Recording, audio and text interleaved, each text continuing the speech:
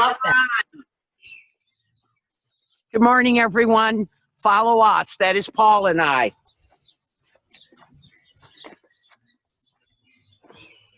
Sorry for the delay.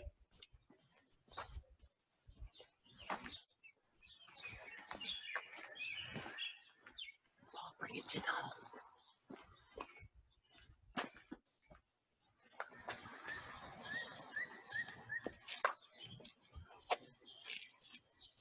Hello, everyone. My name is Dolly Abbott. I am an alcoholic. No. Welcome to Dr. Bob's home in Akron, Ohio. Good morning to you all. Help me with our journey today, and let's proceed. 1, 2, 3, 4, 5, 6, 7.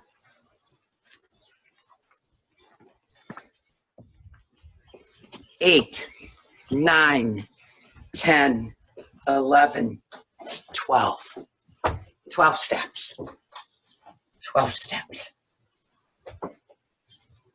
Dr. Bob's home is a National Historic Landmark.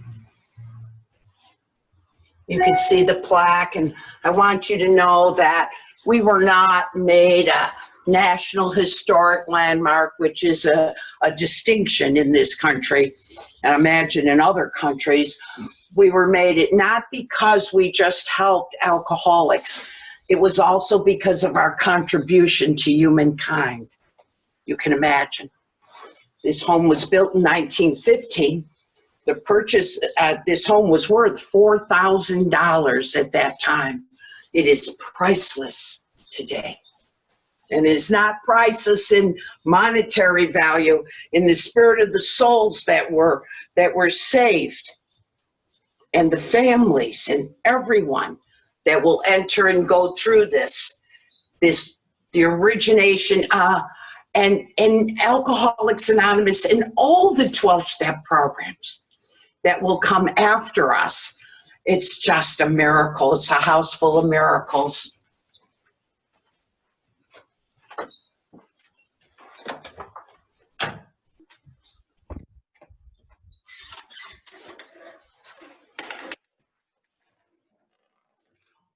Welcome home.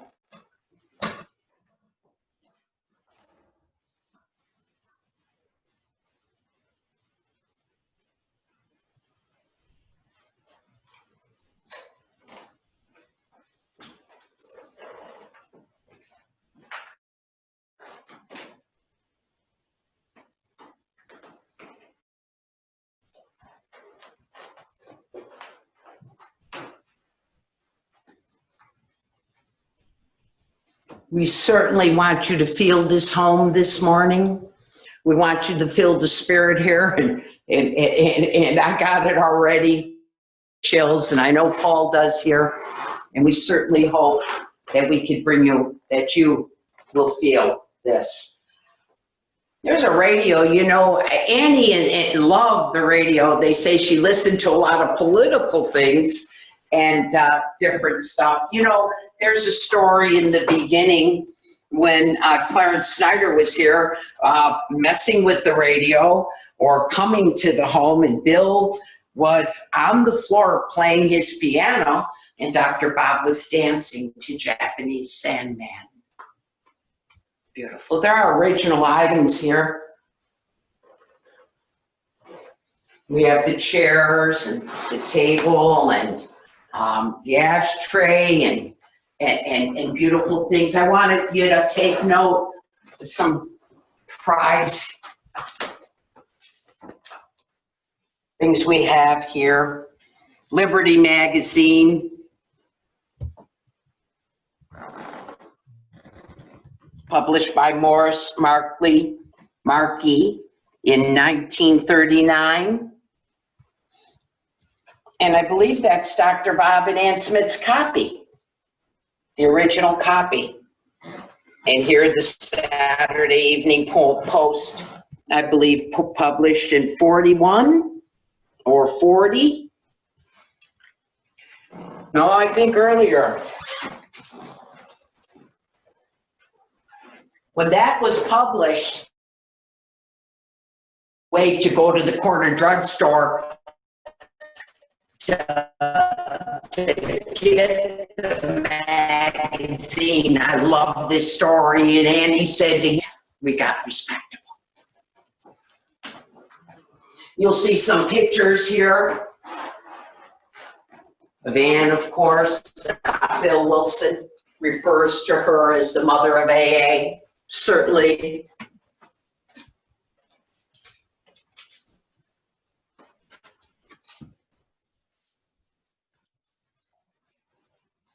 We all know how she nourished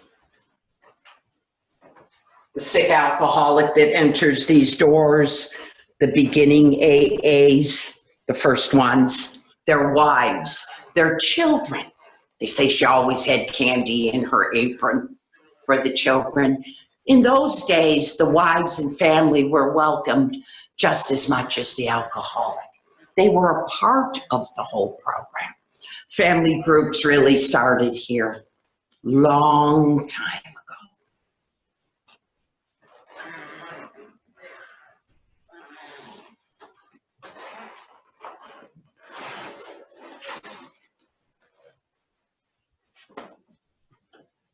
You'll see some of Dr. Bob's books, and I want to point something out. We have the books on the floor like this because that would be common to see. Dr. Bob was an avid reader, and there would be books all over the place. There's pictures on the mantle. That mirror is an original mirror.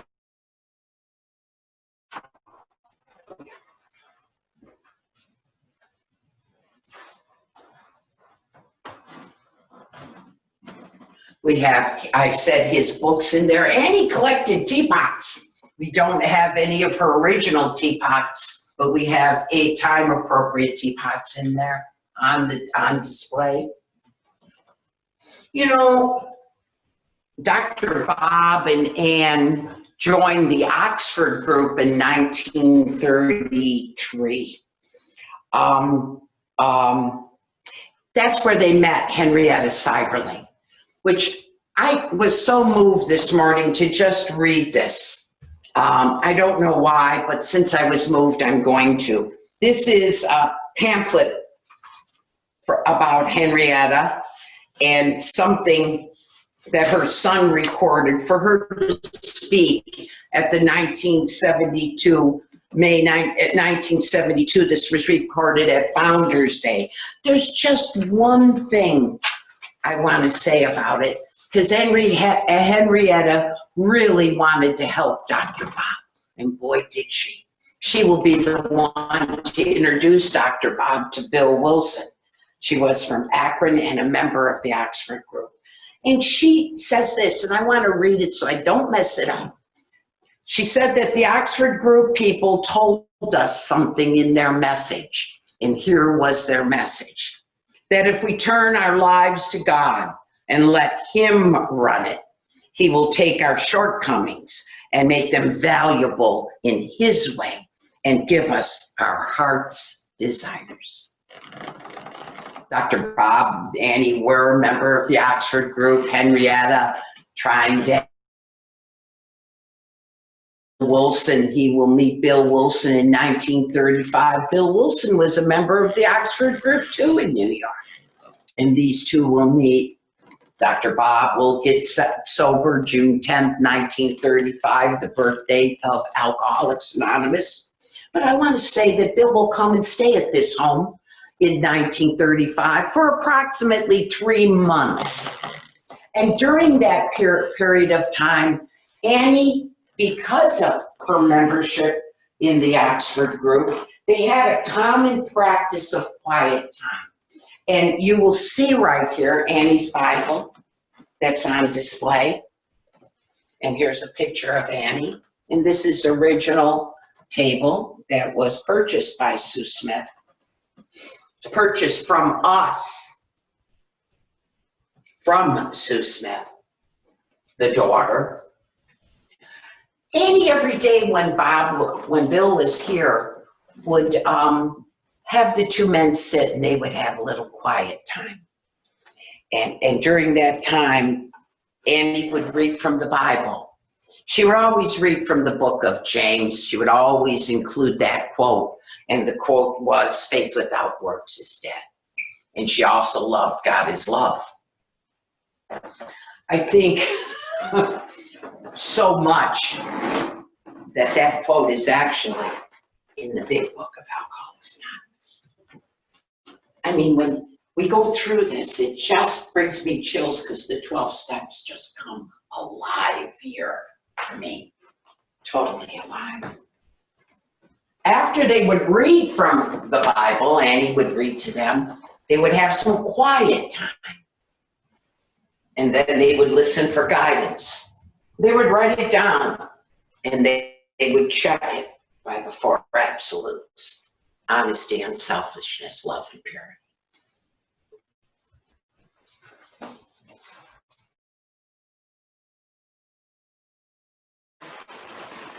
You could just see them and feel them sitting right here.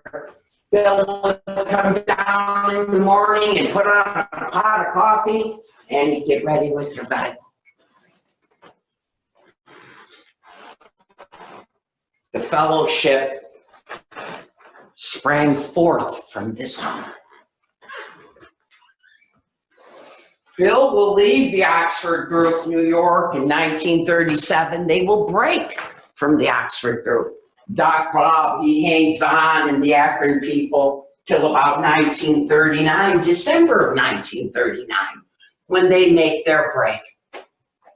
The drunk squad of the Oxford group will come here, where they will meet on a Wednesday night. They say the first meeting here, there were about 72 or 74 people in this home, you can imagine. They were all here. And what really takes my heart is that Henrietta came with them. She came with us. And of course, the wives came too. Say Dr. Bob stood here to address his people, his group. And I don't know what they were thinking, what they were feeling, and what vision that they had at that time. But we know God was running the show. Like Henrietta said, they had turned their will and life over to the care of God. And he's going to use Doc Bob. And Doc Bob always said he wasn't a great man, and he really resisted any kind of reference to him like that. He felt he was an ordinary man doing extraordinary things under the grace and guidance of the loving God. But that night, that Wednesday night, he stood here. It was December 1939. The house was filled, the first floor. And he opened his Bible, which is here. And I'm sure before we leave, Paul will give you a good look at this Bible. This Bible is opened to Sermon on the Mount. He put his foot up on the chair here, looked out, and he introduced himself as an alcoholic. And then he read Sermon on the Mount. He always said that our program came from 3 sources: the book of James, Sermon on the Mount, and Corinthians 13. And that's what they had in the beginning. And we still have it today. Nothing has changed. Nothing has changed in the program. It remains the same. Paul, you want to show them the Bible?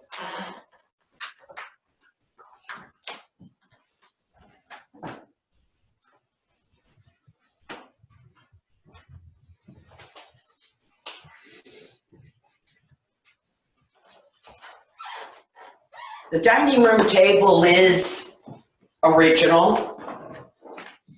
We have a couple other pieces, the wall, the painting, the pictures, and the different things. They are originals. I want to point out the typewriter. This was Sue's typewriter, the daughter, she helped to type up the stories that would be in the first edition Big Book. You see, the first edition Big Book, many of the stories were from the Akron, Cleveland area.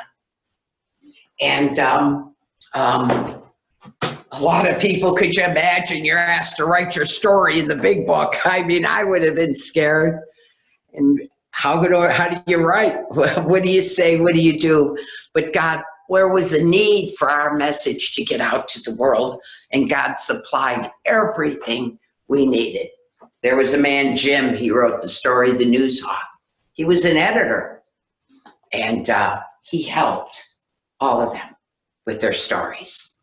He helped each one, and they were typed right here. The story we have in there is Ernie's story.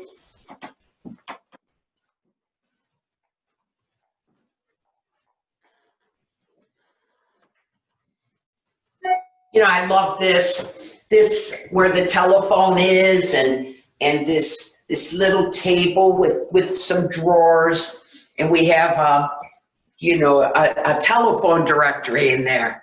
But I love this because I believe originally this was at the steps in the living room area, I'm sorry. And Annie would sit here many times smoking. Yes, she was a smoker. Smoking and making phone calls, primarily about guidance, listening to guidance, sharing guidance, and reaching out to the men and women. Many of the alcoholics say that Annie nurtured them to health.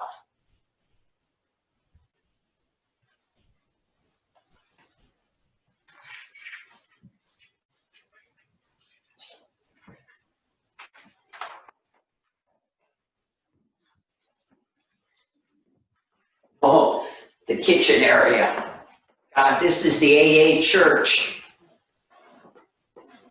Dr. Bob refers, and Bill Wilson, I know in his 1948 talk in Detroit, he talks about they'd sit to 2, 3, 4 in the morning talking about the principles that later will be incorporated in the Big Book of Alcoholics Anonymous. I mean, the steps just come alive here. I walk in this and it's like, my God, walking in a miracle. They say Doc Bob's seat was usually here. Now, I've been told 2 different things. I don't know if it matters. His spirit is really in this home. But they say he occupied this space right here.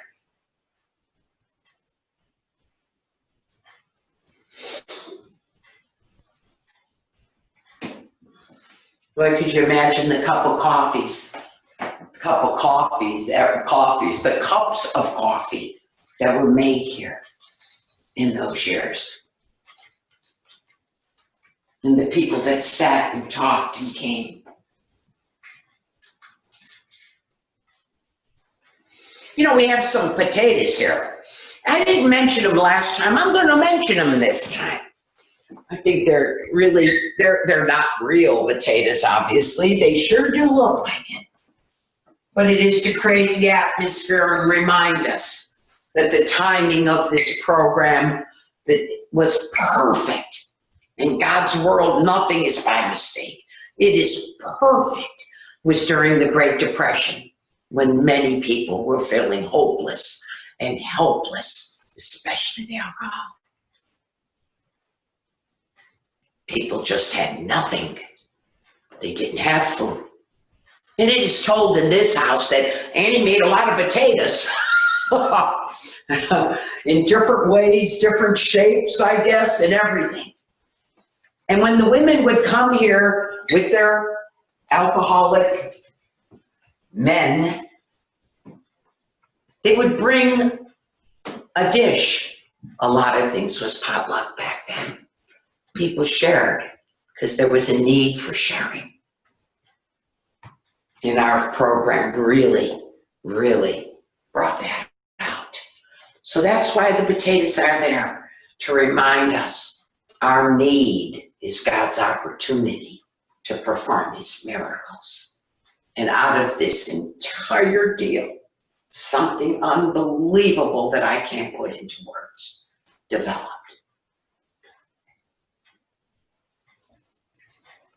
Let them feel it all.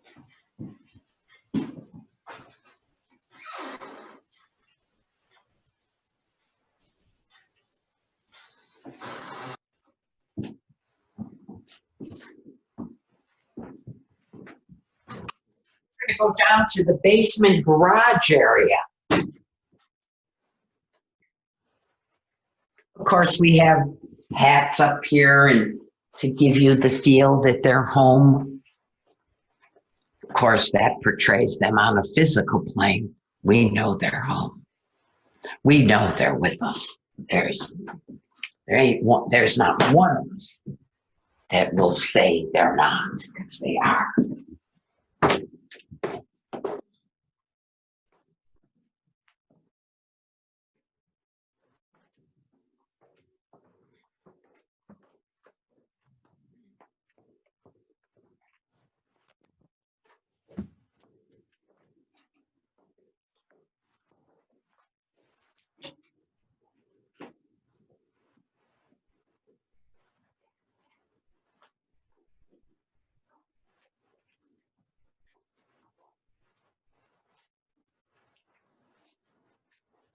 You can see Dr. Bob was a sportsman. He was a man's man. He liked to fish. He loved cars. He liked to golf. I wasn't quite sure that's a left-handed golf club. Somebody gave that to him. I don't know if he had the money at that time to buy his own golf clubs. He learned how to play golf left-handed.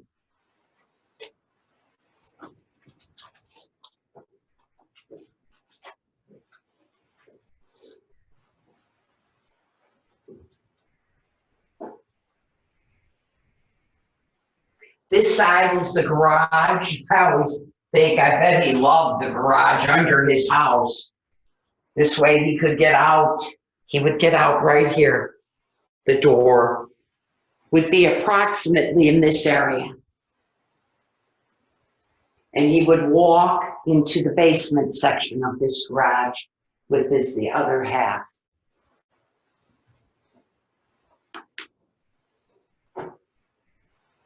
He probably felt, thank God, the neighbors don't see him.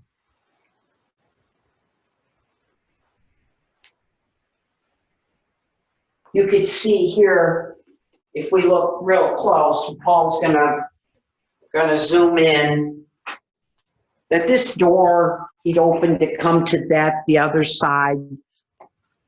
And if you look real close, there's some initials there that were carved in. We found them when we renovated this home.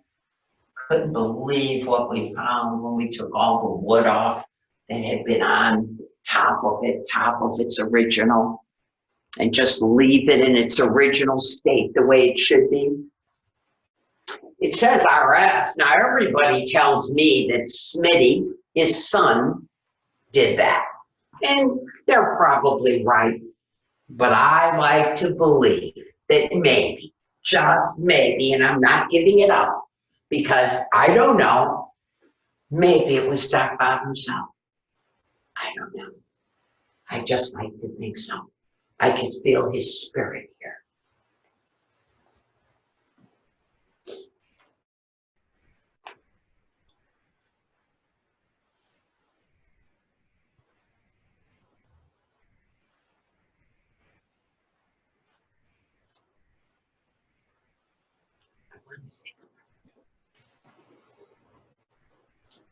Paul is bringing us, and we're coming to the actual other side, the basement side, we'll say.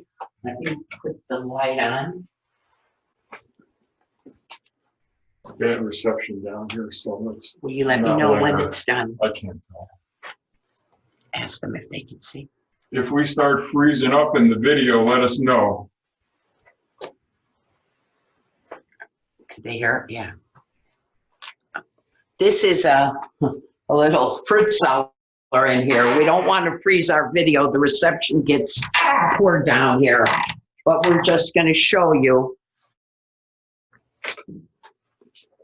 But I think in the workbench. But I want to show you this. The Doc Bob story. I mean, like you're going to see here. We have some bottles over here where he would hide bottles and he'd send them down the chute. You're going to see the bathroom in a little bit. We also have here some Burke Hart's beer, a case of it. Sue told us that was the last beer Doc Bob drank. He would hide his bottles in this area. Yeah. And of course, before we head upstairs, because we're worried about the reception down here, you can see this is exactly how it would have looked with the wash tubs and the basket. And basket, there would be bottles in the basket too, and he would throw empty bottles down the chute. He hid bottles around all over the place.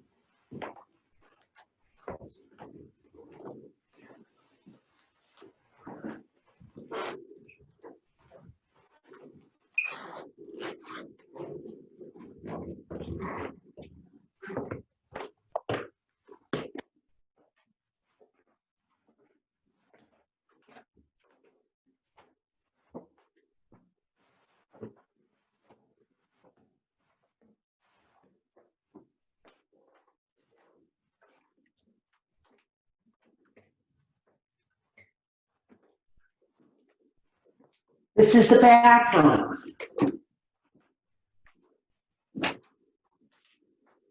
Well, he certainly talks about this in his story, in the big book. You'd see bottles up here. Many times he'd hide a bottle in a glove and have someone throw it up here on the porch, or he'd throw it.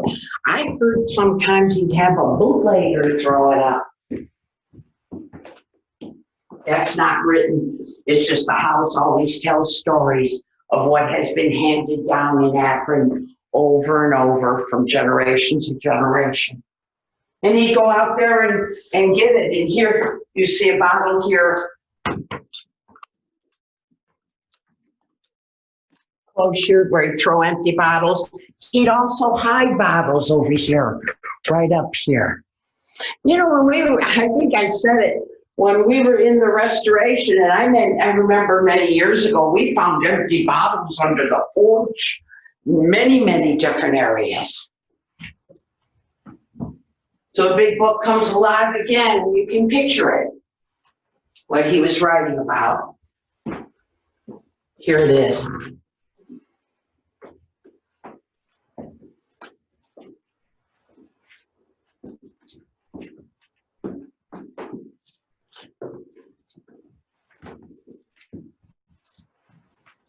Left my card.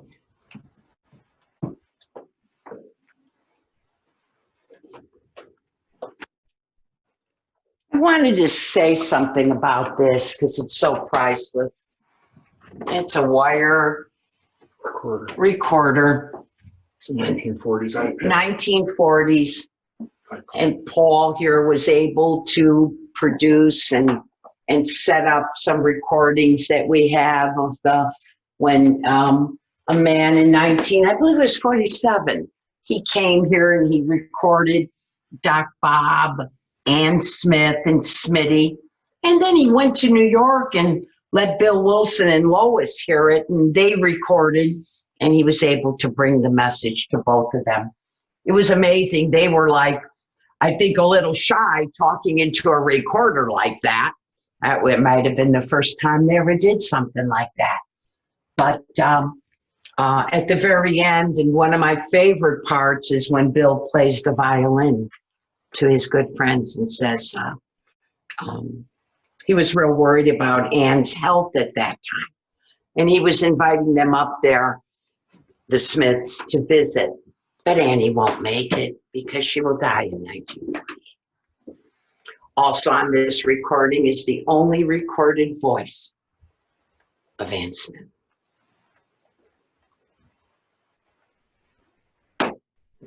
So this is precious. When you visit our home, make sure you listen to each one. We have a few of them. They don't take long, but you'll be forever changed when you hear it. This is Doc Bob and Ann Smith's room. We usually don't let visitors in because the linoleum is original.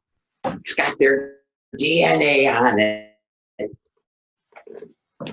And we are going to preserve it, not hope to, are going to preserve it. And you'll see again the books, all over. That's exactly what he would be. He would do. He read everything. You know, I should say, he was a spiritual reader. Doc Bob had a lot of spirituality. He was a nice man, you know, in plain English. But he always said that he couldn't get sober in the Oxford group. And when he met Bill, he always said that Bill brought him something that was missing, working with others. Bill would always call Dr. Bob the Prince of 12 Steppers. And he certainly was.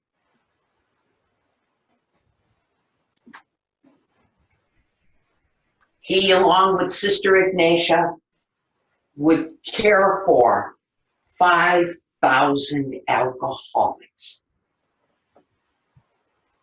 before he died in 1950. I want you to know, and I think you do know,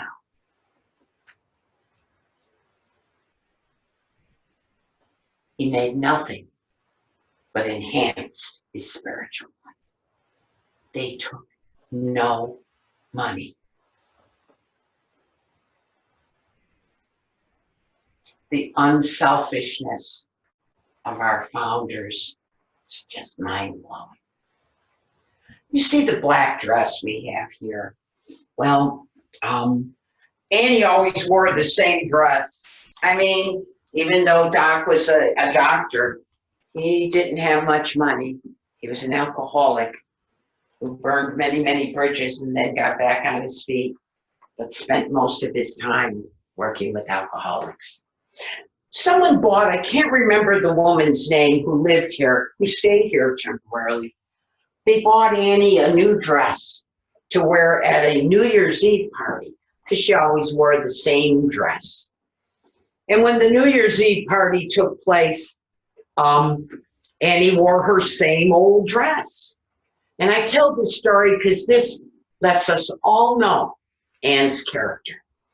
And they said, Annie, why don't you wear your new dress? It's so pretty. And she said, oh no, what would the other women that might not have a new dress or have anything, what would they think and feel? Yeah, she was always thinking of others.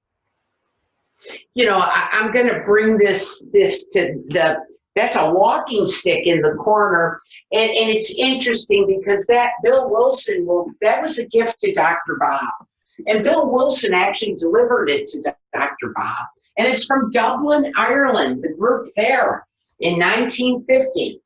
So while AA is really reaching the world, that little chip of a book spread out. 1950, they deliver it to they asked him. It was just a beautiful token of the remembrance of their group there. 1940? It's 9:40. Do we still have a little bit of time, Liz? We do. I want to bring you into Smitty's room. I'm going to state the obvious. There's 2 beds in Smitty's room. That's because Andy many times came here to sleep because Dr. Bob read. He had insomnia.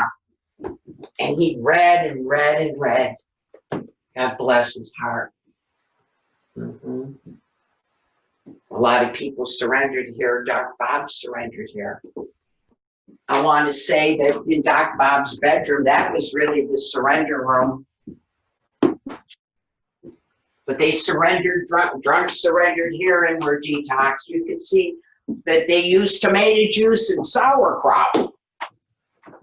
And I understand they used it for a few years until they found out it didn't work. I love it, how we just go to any length to try to stay sober, and many of these people did. Bill Wilson, when he visited this home and stayed here, he slept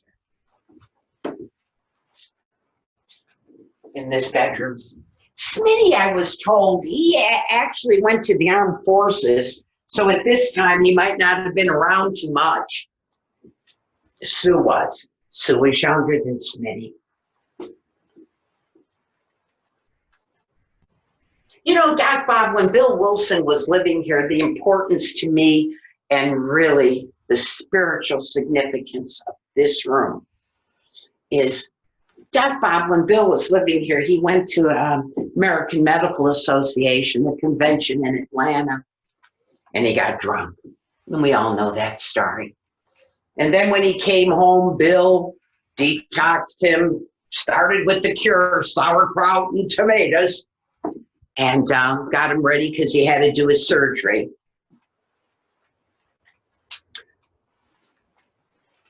Prior to him going to the hospital that morning and doing that surgery, Bill Wilson and Dr. Bob were sleeping. They say that he woke up Dr. Bob about 4 in the morning, woke Bill Wilson up, and he said to Bill, "Bill, I'm going to go through with it." Well, Bill said, "Go through with what? The surgery? What are you talking about?" He said, "No, I turned the surgery and my life over the care of God."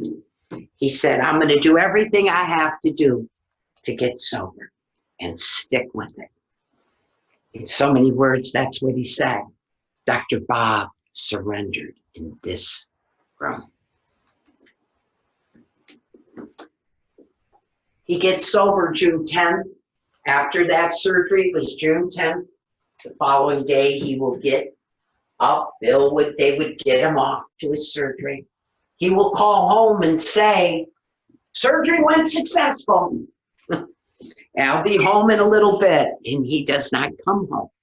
They say he came home about midnight. Bill, I think, and Andy were worried, thinking, "Oh my God, did he go get drunk again?" And he came home, he was sober. And he had spent his time going around the neighborhood in the area, making his amends there. He never drank again. June 10th, 1935. The co-founders, both of them, were here together. There it is, Alcoholics Anonymous. It was a we program. They were here together. I want to mention Archie, the man who mastered fear. His obviously, there's his picture, and he means something here, and he sure does. He'll start AA in Detroit. But let me tell you, when he came here, he was a mess. He sobered up, and Annie just took him under her wing. He stayed here 10 months. He had some other problems. He was afraid to go out and to move about. And he told him, as long as we have a home, you have a home. That's who they were. That's what they did. They never gave up on a drunk. Archie makes it. He's sober, and he goes back to Detroit and starts the first AA meeting. God bless his soul.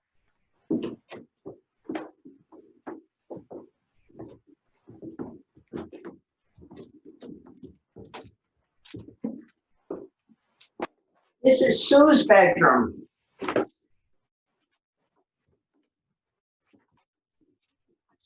the daughter. You know, she was only 14, I believe, when drunks were being brought into this home to detox.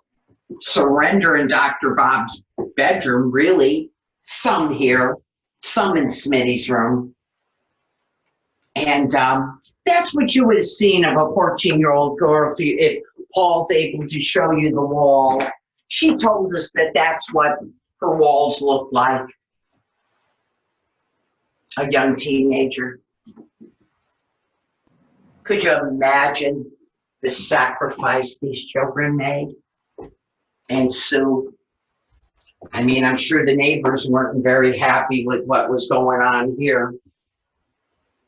We had drunks jumping going down the back porch and running up the street. Was that Ernie? Who was that? Yeah.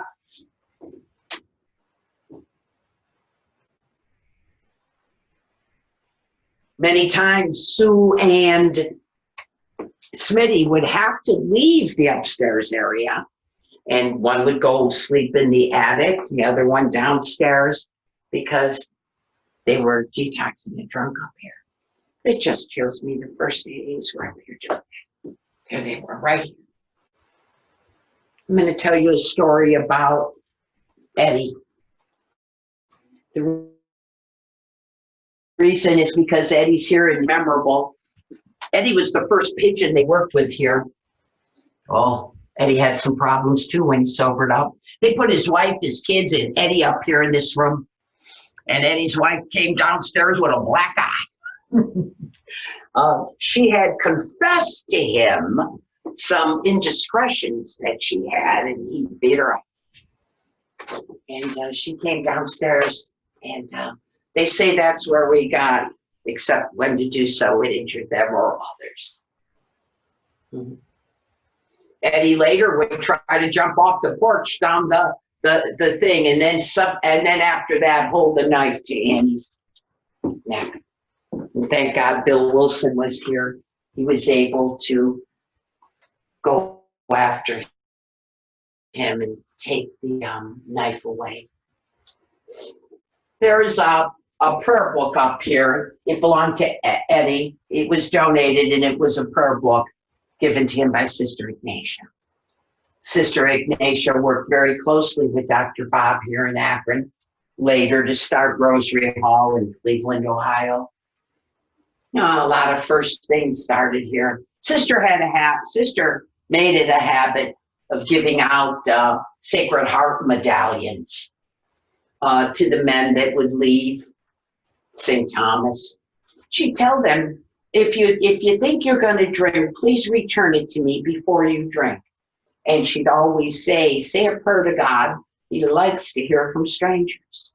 But she always ended by saying a prayer for me also.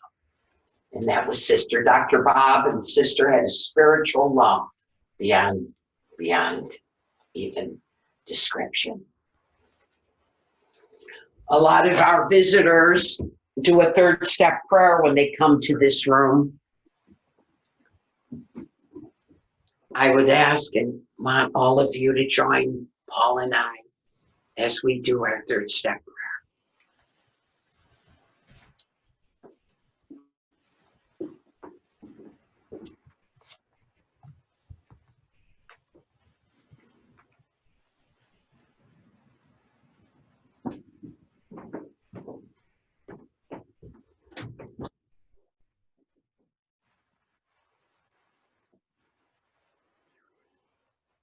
God, I offer myself to thee, to build with me and to do with me as thou wilt.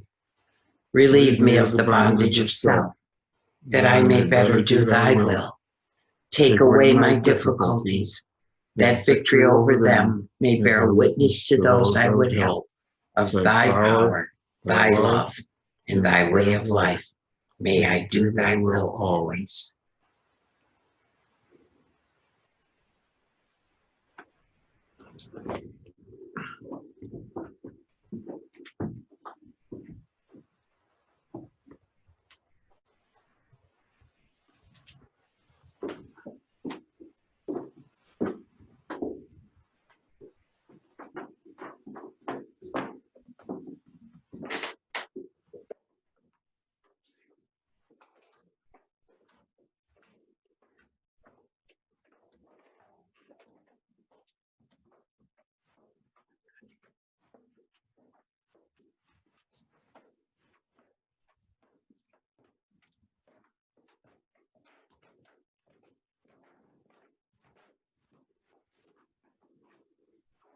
This is surely a house full of miracles. And all of us who've spent time here and all of you who are part of us, we're all one here. This is our home. We know it. We know the fruits that came out of here, each and every one of us.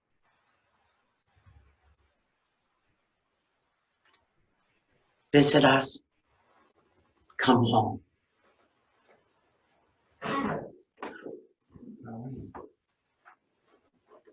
You're welcome.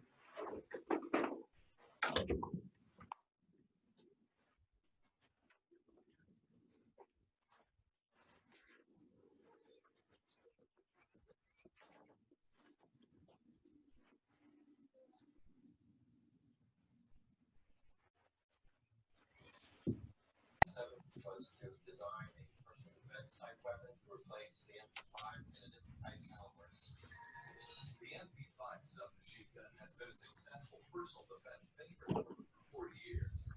Now, Akron believe they developed a larger successor to the MP7. Bill Wilson visited this home in 1950. Bill writes, I went down the steps and turned to look back. Bob stood in the doorway, tall and upright as ever.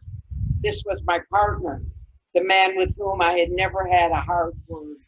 The wonderful, old, broad smile was on his face as he said, almost jokingly, remember, Bill, let's not louse this thing up. Let's keep it simple. I turned away, unable to say a word. That was the last time I ever saw him. Dr. Bob died at noon the following Thursday, November 16, 1950.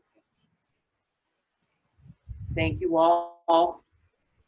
Have a beautiful day, the rest of this conference. And visit us, visit our website and our Facebook page. And call anytime. This is your home. Thank you so much for inviting us to share this with you today. God bless you. And we love each and every one of you. Thank you. Thank you so much,